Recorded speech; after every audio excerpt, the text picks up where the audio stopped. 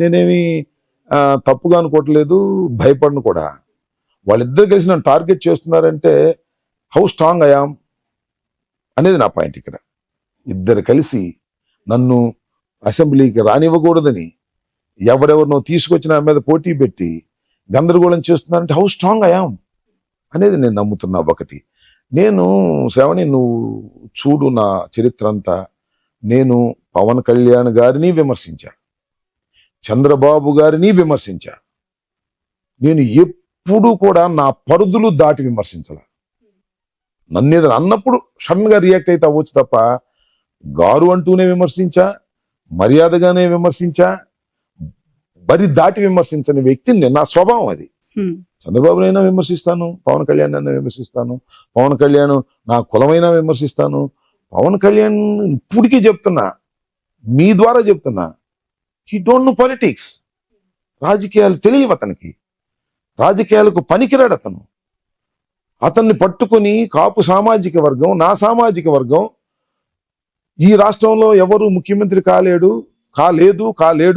ఒక పవన్ కళ్యాణ్ అయితే ముఖ్యమంత్రి అవుతాడని ఆశించి ఆయన వెంట నడిస్తే ఎక్కడికి తీసుకెళ్లాడు?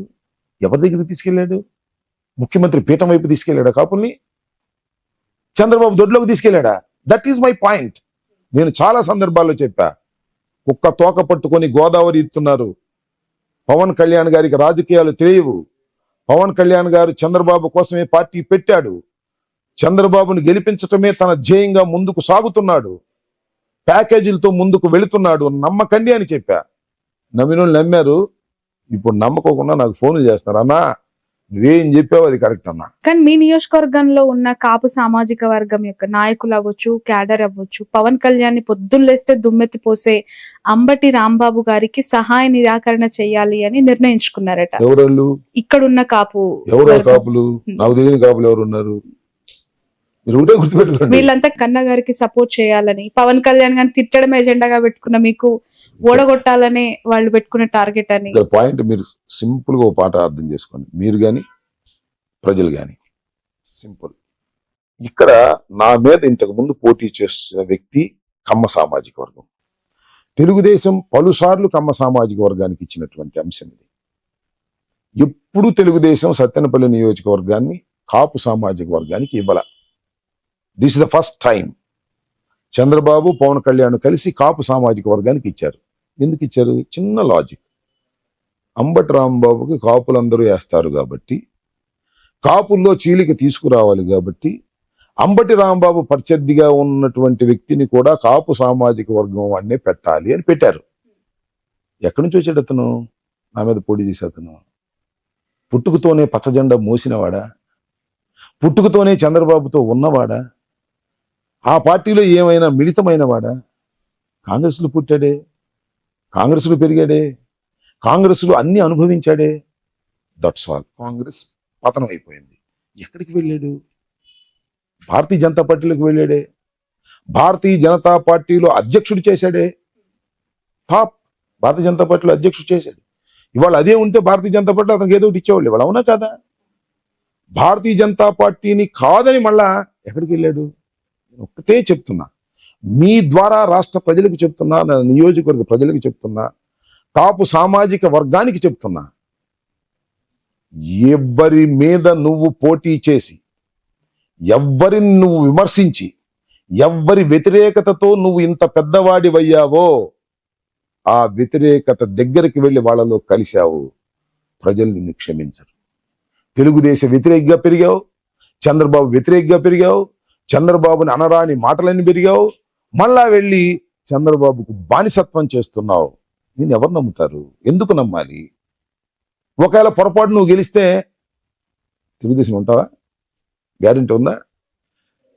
ఈ రాంబాబు గెలిచినా ఓడినా జగన్ పక్షానే ఉంటాడు. చచ్చేంత వరకు జగన్ పక్షానే ఉంటాడు. నా చరిత్ర చూసుకోమని కూడా ఈ సందర్భంగా నేను మనవి చేస్తున్నా.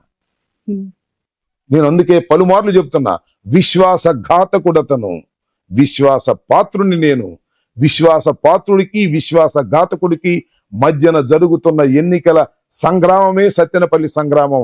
రిజల్ట్ మీరు చూస్తారు. ఎంతమంది ఎన్ననుకున్నా. ఒక పార్టీలో ఉన్నప్పుడు ప్రతిపక్షాల పైన లేదంటే వాళ్ళు చేస్తున్న పాలసీస్ విమర్శల పైన ఎక్కడో ఒక దగ్గర కొంత అభిప్రాయ భేదాలు అనేవి ఉంటాయి. కానీ రాంబాబుకు ఎందుకు పవన్ కళ్యాణ్ పర్సనల్ టార్గెట్ అయ్యారు? సినిమాల్లో మిమ్మల్ని మీ క్యారెక్టర్స్ ని పెట్టేంత కోపం ఎందుకు వచ్చింది? మిమ్మల్ని డిఫేమ్ చేయాలి అన్నంత కసి ఎందుకు పెరిగింది? మీకు పవన్ కళ్యాణ్ గారికి ఎందుకు అవి వైరుధ్యం? I don't know. ఈ ప్రశ్న అడగాల్సింది ఈ పవన్ కళ్యాణ్ గారిని కాదు, నన్ను ఖచ్చితంగా కాదు. పవన్ కళ్యాణ్ గారిని ఇంటర్వ్యూ చేస్తే అడుగుతాను. బట్ మీ వర్షన్, మీ అభిప్రాయం, మీరు ఏమనుకుంటున్నారు? నేను పవన్ కళ్యాణ్ గారిని వ్యక్తిగతంగా నేను అభిమానిస్తా. చంద్రబాబు నాయుడు గారిని కూడా నేను వ్యక్తిగతంగా అభిమానిస్తా వ్యక్తులుగా. But their behaviour and their politics are very cruel. But Jaganmohan Reddy గారు కానీ రాజశేఖర రెడ్డి గారు కానీ క్రూయల్ పాలిటిక్స్ ఆడరు, మోసాలు ఆడరు. నేను వాళ్ళని నమ్మా, వాళ్ళతో పాటు ప్రయాణం చేస్తున్నా. మరి నా మీద మీరు ఇందాక అన్నట్టు సినిమాలో కూడా నా వేషం పెట్టి నన్ను అన్పాపులర్ చేయాలని అనుకుంటే అక్కడే ఉంది. నన్ను అన్పాపులర్ చేయాలనుకున్నప్పుడే నేను పాపులర్ అవుతా. That is my policy. నన్ను విమర్శల నుంచే నేను పెరుగుతా.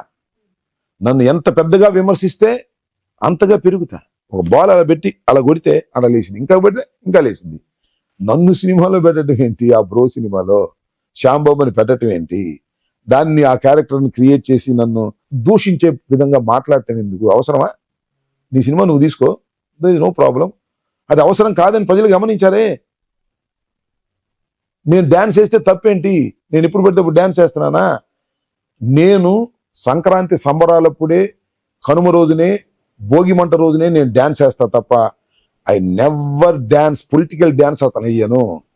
పొలిటికల్ డ్యాన్స్ వేసేది పవన్ కళ్యాణ్, కన్నా లక్ష్మీనారాయణ.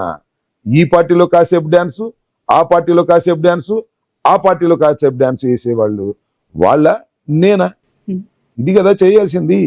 పవన్ కళ్యాణ్ గారు నా మీద టార్గెట్ చేయటం అంటే అతను అమాయకత్వం అనుకోవాలి, రాజకీయ అజ్ఞానం అన్న అనుకోవాలి.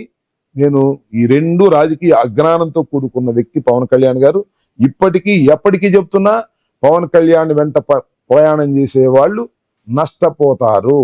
జగన్మోహన్ రెడ్డి గారితో ప్రయాణం చేసేవాళ్ళు రాజకీయంగా లబ్ధి పొందుతారు. లబ్ధి అంటే పరువు, ప్రతిష్ట, అంతే. లబ్ధి అంటే వేరే లబ్ధి కాదు. 2019లో గెలుపు తర్వాత ఇప్పటి వరకు సత్తెనపల్లి నియోజకవర్గానికి అంబటి రాంబాబు గారు ఏం చేశారు అనే వాళ్ళకి జవాబు ఏంటి? ఒక్కటి, అనేక కార్యక్రమాలు చేశాను ఇక్కడ. స్పెసిఫిక్ గా ఒక చాలా గొప్ప కార్యక్రమాన్ని ఇక్కడ నా ప్రోద్బలంతో జరిగింది. Me take Sattenapalli town. Sattenapalli టౌన్లో దశాబ్దాల కాలం నుంచి దీన్ని ఏమంటారు, చెత్త డంప్, పెద్ద ఎత్తున చెత్త డంప్ ఉండి, ఈ రోడ్డు పక్కన నర్సరావుపేట వెళ్ళేటప్పుడు రోడ్డు పక్కనే పెద్ద అనమాట, ఒక 2 acres లో పెద్ద డంప్ ఉండి, అప్పుడప్పుడు దానిలో మంటలు రావటం, పెరగటం, ఇవన్నీ జరిగి చాలా కలుషితంగా తయారైపోయింది. పొల్యూషన్ వచ్చేసింది. దాన్ని బయోమైనింగ్ చేసి దాన్ని చాలా క్లియర్ చేసాం. 2 చోట్ల ఆ కార్యక్రమాన్ని మేము నిర్వహించాం. దానివల్ల ప్రజల్లో చాలా మంచి స్పందన, చక్కగా ఆ ఏరియా అంతా బాగుపడింది. ఆ ఏరియాలో పొల్యూషన్ లేదు అనేటువంటి మాట చాలా కాలం, దశాబ్దాల కాలం ప్రజలు చాలా ఇబ్బంది పడ్డటువంటి అంశం అది. దాన్ని వీ హ్యావ్ ఫుల్ఫిల్డ్ ఇట్. అదేవిధంగా ఇంకా మీరు వాళ్ళు చూసినట్లయితే సెక్రటేరియట్స్ అన్ని చోట్ల కడుతున్నాం, అన్ని చోట్ల సెక్రటరీస్ ఉన్నాయి. ఇక్కడ వెల్నెస్ సెంటర్స్, ఏరియా హాస్పిటల్, అప్పుడు 25 పడకలు 30 పడకలు ఉన్న ఏరియా హాస్పిటల్ ఇవాళ 100 పడకలతో కూడినటువంటి ఏరియా హాస్పిటల్ తయారు చేశాం. ఇది పెదకూరపాడికి, సత్తెనపల్లికి, రెండింటికి సంబంధించినటువంటి అంశం ఇది. దాన్ని కూడా డెవలప్ చేయడం జరిగింది.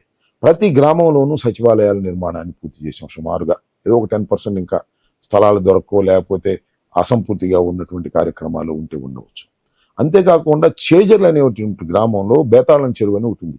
దానికి వాటర్ లేక చాలా ఇబ్బంది పడతా ఉంటే అక్కడ స్థానికంగా ఉన్నటువంటి డాక్టర్ సాంబశివారెడ్డి గారు మేమంతా కలిసి సీఎం గారితో మాట్లాడి అక్కడికి ఇక్కడ నుంచి పైప్ లైన్లో కాలం నుంచి పెద్ద చెరువు అనమాట, ఆ చెరువు అంతా నింపి అదంతా సస్యశ్యామలం చేయాలనేటువంటి పథకాన్ని కూడా మేము ఆల్రెడీ ప్రారంభించాం. It is going on the work. ఇట్లా చెప్పుకుంటూ పోతే there are so many things.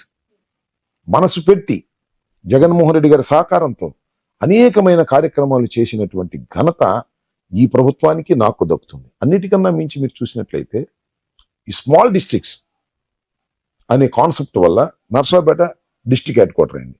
Narasaraopet is very near to Sattenapalli. అవును. సత్తెనపల్లిలో నివసిస్తూ నర్సరావుపేట వెళ్ళొచ్చు. It's almost all twin cities లాగా తయారు కాబోతుంది. బిట్వీన్ నర్సరావుపేట అండ్ సత్తెనపల్లి మధ్య మొత్తం డెవలప్మెంట్ స్టార్ట్ అయిపోయింది. అపార్ట్మెంట్స్, ఇండివిజువల్ హౌసెస్ అద్భుతంగా తయారైపోతుంది. కొన్నాళ్ళకి చూస్తే నర్సరావుపేట సత్తెనపల్లి మిక్స్ అయిపోతాయి. అంత అద్భుతమైనటువంటి కార్యక్రమాలు ఇక్కడ జరుగుతూ ఉన్నాయి. అంటే అపార్ట్మెంట్లు, హౌసెస్ వచ్చినంత మాత్రాన అది ఒక నియోజకవర్గంలో జరుగుతున్న అభివృద్ధి అంటారు. 100% ఎందుకు జరుగుతుంది? ఎందుకు అపార్ట్మెంట్లు లేకపోతే కాలనీస్ ఎందుకు వస్తాయి? అవేం ప్రభుత్వ కార్యక్రమాలు, ప్రభుత్వం చేసే అభివృద్ధి కాదు కదా. ఇండిపెండెంట్ గా ఒక అసలు ప్రభుత్వమే అభివృద్ధి చేయవలసిన అన్ని అంశాలు ఉండవు. అకార్డింగ్ టు మీ కొన్ని ఫెసిలిటేట్ చేస్తాం, ఒక మంచి రోడ్ వేస్తాం, ఒక రింగ్ రోడ్ వస్తుంది. దీనికి రింగ్ రోడ్ మీన్స్ అవుటర్ అటు పాస్ వెళ్తుంది. అఫ్ కోర్స్ అది హైవేకి సంబంధించినటువంటి అంశం అనుకోండి, సెంట్రల్ గవర్నమెంట్ది. ఆ రోడ్డు కూడా స్టార్ట్ కాబోతుంది. అదంతా మేము ప్రోద్బలం చేసింది. ఆ రోడ్డు స్టార్ట్ అవటం వల్ల ఏం జరుగుద్ది? ఆ రోడ్డు బయట నుంచి వెళ్ళేటప్పుడు ఆ చుట్టూరా ప్రదేశం పెరుగుతుంది. So it is a development. అది ప్రభుత్వమే అపార్ట్మెంట్లు కట్టదు, ప్రభుత్వమే కాలనీ సృష్టించదు. కానీ ప్రభుత్వం ఫెసిలిటేట్ చేసినప్పుడు, మంచి రోడ్లు వేసినప్పుడు అది ఇప్పుడు బైపాస్ వెళ్తుంది. బైపాస్ వెళ్ళింది. అంతకుముందు 20 లక్షలు 30 లక్షలు ఉన్న పొలం ఇవాళ బైపాస్ అయితే ₹1 కోటి చెప్తున్నారు. మీ ప్రభుత్వం పైన మీలాంటి ఎమ్మెల్యేలను, మీ నాయకుడిని ప్రశ్నిస్తున్న ఏకైక ప్రశ్న, గత 5 ఏళ్లుగా మీరు చేసిన సంక్షేమం తప్ప చెప్పుకోవటానికి ఆ స్థాయిలో జరగని అభివృద్ధి గురించి ఏం చేశారు? పదే సంక్షేమం అంటున్నారు. అదేనా ఒక ప్రభుత్వం ప్రజలకు చేయాల్సిన మేలు అనే ప్రశ్నకి ఏం వాళ్ళు సమాధానం? సంక్షేమమే చూపిస్తున్నారు కానీ సంక్షేమానికి మించిన అభివృద్ధి చేశామనేది చాలా స్పష్టం. మీరు చూడండి, గ్రామాల్లో ప్రతి గ్రామంలోనూ సెక్రటేరియట్, ప్రతి గ్రామంలోనూ వెల్నెస్ సెంటర్, ప్రతి గ్రామంలోనూ RBK. Is it not the development? Development కాదా? Number 2, every district headquarter government hospital, multi speciality hospital ఇప్పుడు జరిగిందా? ఎవ్రీ డిస్ట్రిక్ట్ మీన్స్ విభజిత డిస్ట్రిక్ట్లు. ఇవాళ మా నర్సరావుపేట డిస్ట్రిక్ట్ లో అద్భుతంగా హాస్పిటల్ నిర్మాణం జరుగుతుంది. మన పిడుగురాల దాటిన తర్వాత ఇటువరకు ఎక్కడికి వెళ్ళాలి? గుంటూరు వెళ్ళాలి. మాచర్ల వాళ్ళు గుంటూరు వెళ్ళాలి. ఇవాళ మాచర్ల వాళ్ళు అక్కడికే రావాలి. అంత అద్భుతం. ఇది ఆరోగ్యపరంగా ఎంత గొప్ప అంశం ఇది. నెంబర్ 2. నెంబర్ 3, బడుల పరిస్థితి ఏంటండి? స్కూళ్ళు, పాఠశాలలు ఇటువరకు ఎలా ఉన్నాయి, ఇప్పుడు ఎలా ఉన్నాయి? నాడు నేడు కార్యక్రమంలో పేదవాడు చదువుకునే బడులను బాగు చేసినటువంటి వ్యక్తి జగన్మోహన్ రెడ్డి గారు. ఇది అభివృద్ధి కాదని చెప్తారా వాళ్ళు? చెప్పగలరా? అభివృద్ధి అంటే ఏంటి? హైటెక్ సిటీనా? అభివృద్ధి అంటే అమరావతిలో పొలాల రేట్లు పెరగటమా? గ్రామ స్థాయిలోకి వెళ్తున్నాం, కానీ రాజధాని సూక్ష్మీకరిస్తున్నాం. ఒక రాష్ట్రానికి క్యాపిటల్ అనేది ముఖ్యం. 100% తప్పే ఉంది దానిలో. క్యాపిటల్ ముఖ్యం కాదని ఎవరంటారు? మేము విశాఖపట్నం, నేను ఇంకోటి కూడా చాలా సందర్భాల్లో చెప్పాను. ఇప్పుడు ఆపరేషన్ లేకుండానే మోకాళ్లకు ప్లాస్మా ట్రీట్మెంట్. మీ ఆర్థోపెడిక్ సమస్యలన్నిటికీ రోబోటిక్ టెక్నాలజీ ద్వారా తక్కువ ఖర్చుతో శాశ్వత పరిష్కారం. Free consultation. ప్రతి ట్రీట్మెంట్ పై 20% డిస్కౌంట్. ఈ ఆఫర్ కొద్ది రోజులు మాత్రమే. త్వరపడండి. V9 hospitals 9281465842.